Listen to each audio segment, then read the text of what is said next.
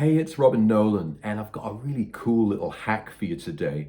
It's something which will help you improvise and kind of free you up when you solo over dominant seventh chords, and specifically how you can solo over C7, right, using anything in G minor. So anything you know in G minor will sound cool when you play it over C7. Now I'm going to give you a little example now, then I'll break it down and you'll learn a cool little scale which will give you that wild and wonderful sound. So here we go, let's set up the C7.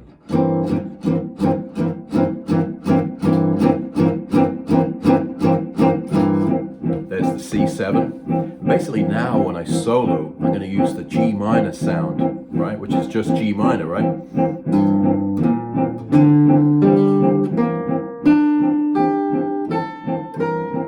And I'll kind of solo now using G minor.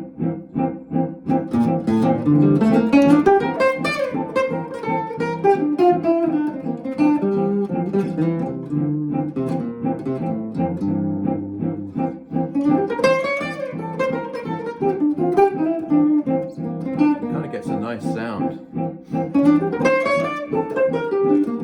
And I'm just thinking G minor, right?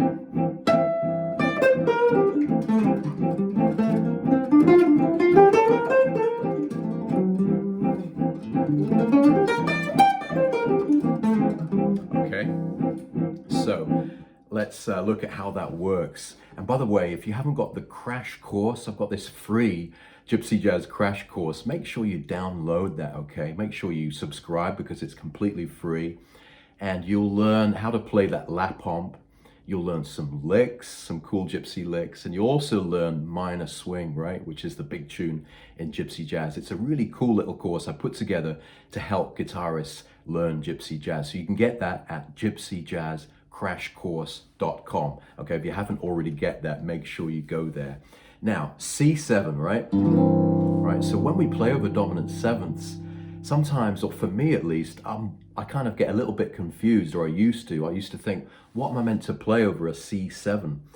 Is it a C major scale or is it a C minor scale? What is it?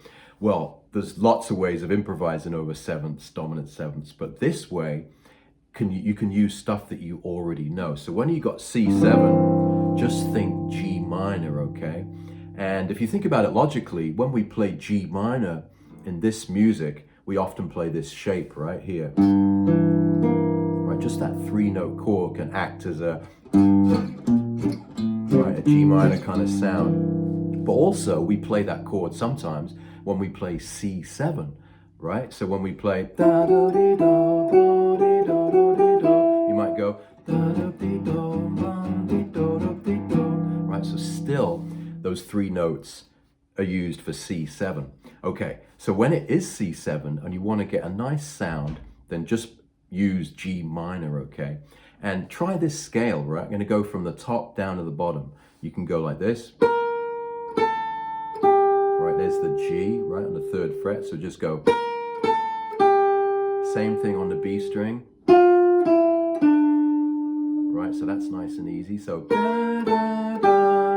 and this is all in that G minor position, right, on the 3rd fret. So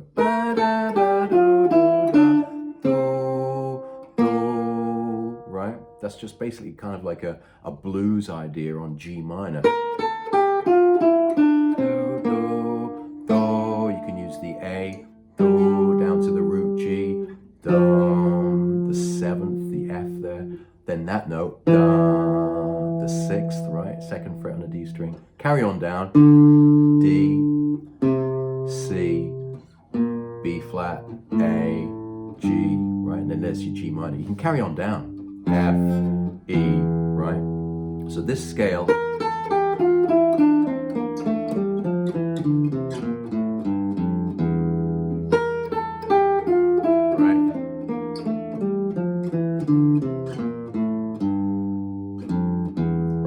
and then when we use that scale on C7, right? So it's like a G minor idea, right? But let's hear what it sounds like, just that scale on C7. So let's set up a C7 nice and slow.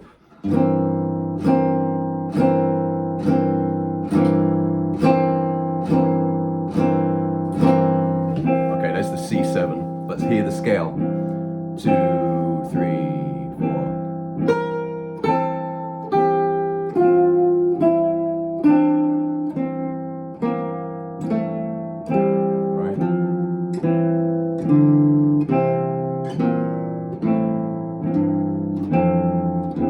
Right, sounds great, right?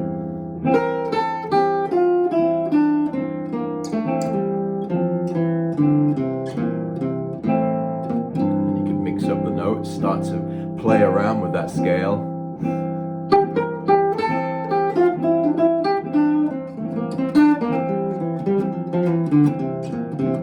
Right, it starts to sound really cool.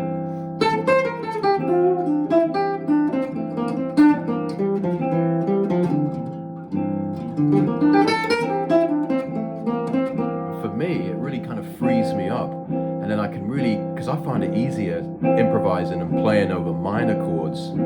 So then you can, anything else you know in G minor will sound great over that C7. So G minor, arpeggio.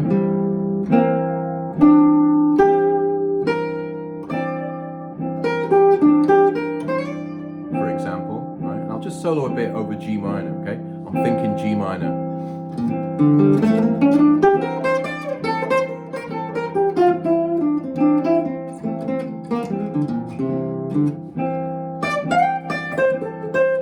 There's the G, right? G minor. Okay, let's go over the C7.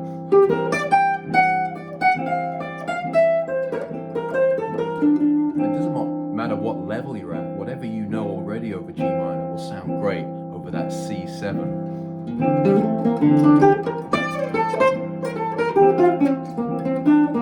Okay, so it's a cool little concept, and I think it really kind of helps you free you up, really. And there's lots more of these kind of ideas, right? It's kind of like chord substitutions and that whole realm of kind of superimposing different harmonies. But it's a good one, and I think it can help you today, right? That's the whole point. Because I think if you start using that, you can use what you already know in G minor over C7. Okay, so if we played over E7, you would play what you know in B minor. It's easy to navigate. There's the C7, right? There's the G minor, there's the D7, there's the A minor. And if you play those Gypsy Jazz chords, then it's even easier. So there's G minor, C7, A minor, D7, E7, B minor, right? E7 is B minor. And if we play G7 there, that will be D minor. So try that out. Just give that a go when you're improvising, and I think it can really help you.